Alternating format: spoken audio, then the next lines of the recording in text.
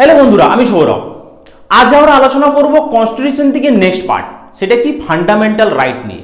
প্রত্যেকটা আর্টিকেল নিয়ে আমি আলোচনা করব। ক্লিয়ার? আজকে আমরা আলোচনা করব আর্টিকেল 14 ইন ডিটেলস।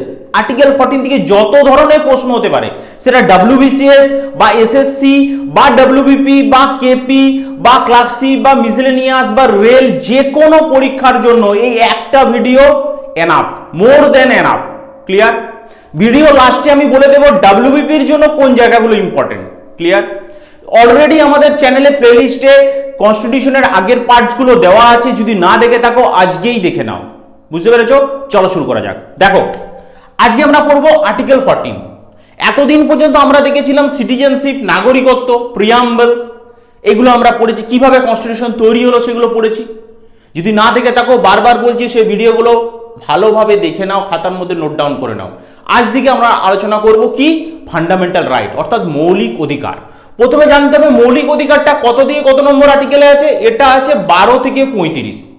আজকে আমরা আলোচনা করব মোস্ট ইম্পর্টেন্ট একটা আর্টিকেল, সেটা হলো কি আর্টিকেল 14। এবং এইভাবে প্রত্যেকটা আর্টিকেলকে আমরা একদম সার্জিক্যাল স্ট্রাইকের মতন করে প্রত্যেকটা আর্টিকেলে খুঁটিনাটি আমরা আজকে জানবো। ক্লিয়ার? দেখো কি বলা আছে আর্টিকেল 14-এ। আইনের চোখে সমতা এবং আইনের সমসুরক্ষা। একদম ভালোভাবে বোঝো ব্যাপারটা কি। আইনের চোখে সবাই সমান। সেটা একটা প্রেসিডেন্ট হতে পারে, একজন প্রধানমন্ত্রী হতে পারেন, বা একজন দেশের বা রাজ্যের মুখ্যমন্ত্রী হতে পারেন, বা গভর্নর বা রাজ্যপাল হতে পারেন, বা সুপ্রিম কোর্টের প্রধান বিচারপতি হতে পারেন, যে কেউ হতে পারে, একজন কনস্টেবল হতে পারেন, একজন সাধারণ মানুষ হতে পারেন, একজন কোনো আধিকারিক হতে পারেন। সবাইকার কাছে আইন সমান, অর্থাৎ আইন হলো সুপ্রিম। আইন হলো কি সুপ্রিম।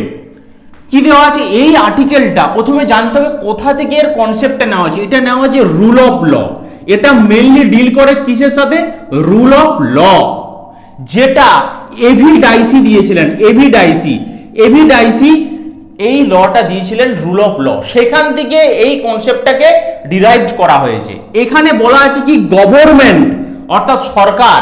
ভালো করে বোঝো, গভর্নমেন্ট অথবা সরকার এবং যাকে গভর্ন করে, অর্থাৎ সাধারণ মানুষ, সবাইকার ক্ষেত্রে ইকুয়াল ট্রিটমেন্ট, সবাইকার ক্ষেত্রে সমানভাবে ট্রিটমেন্ট করা হবে। সবার ক্ষেত্রে সমান ট্রিটমেন্ট করা হবে। ক্লিয়ার? যেটা বললাম, তিনি একজন রাষ্ট্রপতি হতে পারেন, তিনি একজন প্রধানমন্ত্রী হতে পারেন, তিনি কোনো রাজ্যের মুখ্যমন্ত্রী হতে পারেন, বা রাজ্যপাল হতে পারেন, বা সুপ্রিম কোর্টের বিচারপতি হতে পারেন, বা কোনো কনস্টেবল হতে পারেন, বা কোনো আধিকারিক হতে পারেন, বা সাধারণ পথ চলতি মানুষ হতে পারেন। সবাইকার ক্ষেত্রে আইন সমান, ইকুয়াল ট্রিটমেন্ট। ক্লিয়ার? নেক্সট কি জানতে হবে এই আর্টিকেল 14টা তাহলে কি? আর্টিকেল 14টা তাহলে কি? এটা দুটো জিনিসের উপর ডিপেন্ড করছে, একটা ইকুয়ালিটি বিফোর ল, একটা equal protection of law. Equality before law মানে কি? আইনের চোখে সবাই সমান। আর ইকুয়াল প্রোটেকশন অফ ল মানে কি? আইনটা সবাইকার ক্ষেত্রে প্রোটেক্ট করা আছে। মানেটা কি? একটা ছোট এক্সাম্পল দিয়ে বোঝো মানেটা কি। ধরো প্রোটেকশন মানে কি? আইনের প্রোটেকশনটা সবাইকার ক্ষেত্রে সমান, মানে এটা নট ইউনিভার্সাল নয় মানে কি? তাহলে আপনি তো বললেন ইকুয়াল ট্রিটমেন্ট করা হবে, তাহলে ইউনিভার্সাল নয় কেন? তার কারণ হচ্ছে এটাই, পরবর্তীকালে বিভিন্ন স্টাডির মাধ্যমে এটা দেখা গেছে যে, বিভিন্ন কেসের মাধ্যমে এটা দেখা গেছে যে, ধরো তোমার বাড়িতে কারোর বয়স 10 বছর এবং কারোর বয়স 70 বছর। তাদের ক্ষেত্রে কি সমান তারা কি খাবার বা তাদের যে প্রয়োজনীয় জিনিসপত্র, তাদের যে রিকোয়ারমেন্টটা, সেটা কি দুজনকার সমান হতে পারে? যার 10 বছর বয়স আর যার 70 বছর বয়স, তাদের ক্ষেত্রে কি রিকোয়ারমেন্টটা সমান হতে পারে? উত্তরটা কি না। তাহলে নট ইউনিভার্সাল। তাদের ক্ষেত্রে তাদের 10 বছরের যে শিশু বা যে বাচ্চা যে 10 বছরের আছে, তার ক্ষেত্রে যে রিকোয়ারমেন্ট, একজন 70 বছরের বয়স্ক বা বয়স্কার মহিলা বা পুরুষের যে রিকোয়ারমেন্ট, সেটা সম্পূর্ণ আলাদা। কিন্তু তাদের ক্ষেত্রে আইনটাও সেইভাবে অ্যাডজাস্ট হয়ে যাবে। তাদের ক্ষেত্রে আইনটাও সেভাবে অ্যাডজাস্ট হয়ে যাবে। এটা বললাম জাস্ট একটা এক্সাম্পল। মানে কি? মানে বলা আছে আইনের চোখে সবাই সমান। তাহলে তোমরা দেখবে অনেক সময় কলকাতা এই সাইডে বাসে কি লেখা থাকে? মহিলাদের জন্য সুরক্ষিত সিট বা বিকলাঙ্গদের জন্য সুরক্ষিত সিট, তাহলে হিসাবে তো বলা যেতে পারে যে আইনের চোখে সবাই সমান। তাহলে এরকম ভাবে ডিফারেন্সিয়েট করার কারণ কি? কারণ তাদের জন্য স্পেশাল একটা কি দেওয়া আছে, তাদের রিকোয়ারমেন্ট হিসাবে তাদের জন্য স্পেশাল একটা ক্যাটাগরি করা আছে। এটা কিন্তু আইন করতে পারে, এটাই এখানে বলা আছে equal protection and law, protection of law, সবাইকার জন্য আইনটা প্রোটেক্ট করা আছে। ক্লিয়ার? বুঝতে পেরেছো? নেক্সট কি, এই যে ইকুয়ালিটিটা, এটা আনইকুয়াল এবং ইকুয়াল। আনইকুয়াল কোথায়? সবাইকার ক্ষেত্রে আইনটা কি সমান, সবাইকার ক্ষেত্রে আইনটা সমান, সবাইকার ক্ষেত্রে ইকুয়ালিটি থাকবে এবং ইকুয়াল কি প্রোটেকশন পাবে, সেটা হচ্ছে ইকুয়াল। বুঝতে পেরেছো? পরবর্তীকালে মানে এতদিন পর্যন্ত যে আইনটা, অর্থাৎ সংবিধান শুরু হওয়ার পর্যন্ত, সংবিধান শুরু হওয়া থেকে যেটা চলে আসছিল সেটা ছিল ওল্ড ডক্ট্রিন। ওল্ড ডক্ট্রিন মানে কি? এতদিন পর্যন্ত এটাকেই করা হচ্ছিল আইনের চোখে সবাই সমান হিসাবে। কিন্তু 1970 সালের পর সুপ্রিম কোর্টে একটা কেস ওঠে। কেসটার নাম কি? EP Royappa versus state of Tamil Nadu. এখানে বলা হয় নিউ ডক্ট্রিনের কথা, এখানে ন্যাচারাল জাস্টিসকে অ্যাড করা হয়। ন্যাচারাল জাস্টিস মানে কি? যেটা তোমাকে বললাম পার্থক্য, ডিফারেন্স, যে সবাইকার রিকোয়ারমেন্ট সমান হয় না বা সবাইকার জন্য আলাদা আলাদা স্পেশাল ক্যাটাগরি ভাগ করে থাকবে, সেখানে অ্যাড হয় কি? Natural justice. তারপর শুরু হয় 1970 পর নিউ ডক্ট্রিন। ক্লিয়ার? এবার আমাদের বুঝতে হবে এটার কিছু কি আছে, ব্যতিক্রম আছে। এই যে আর্টিকেল 14, এটার কিছু ব্যতিক্রম আছে। ব্যতিক্রম কিরকম?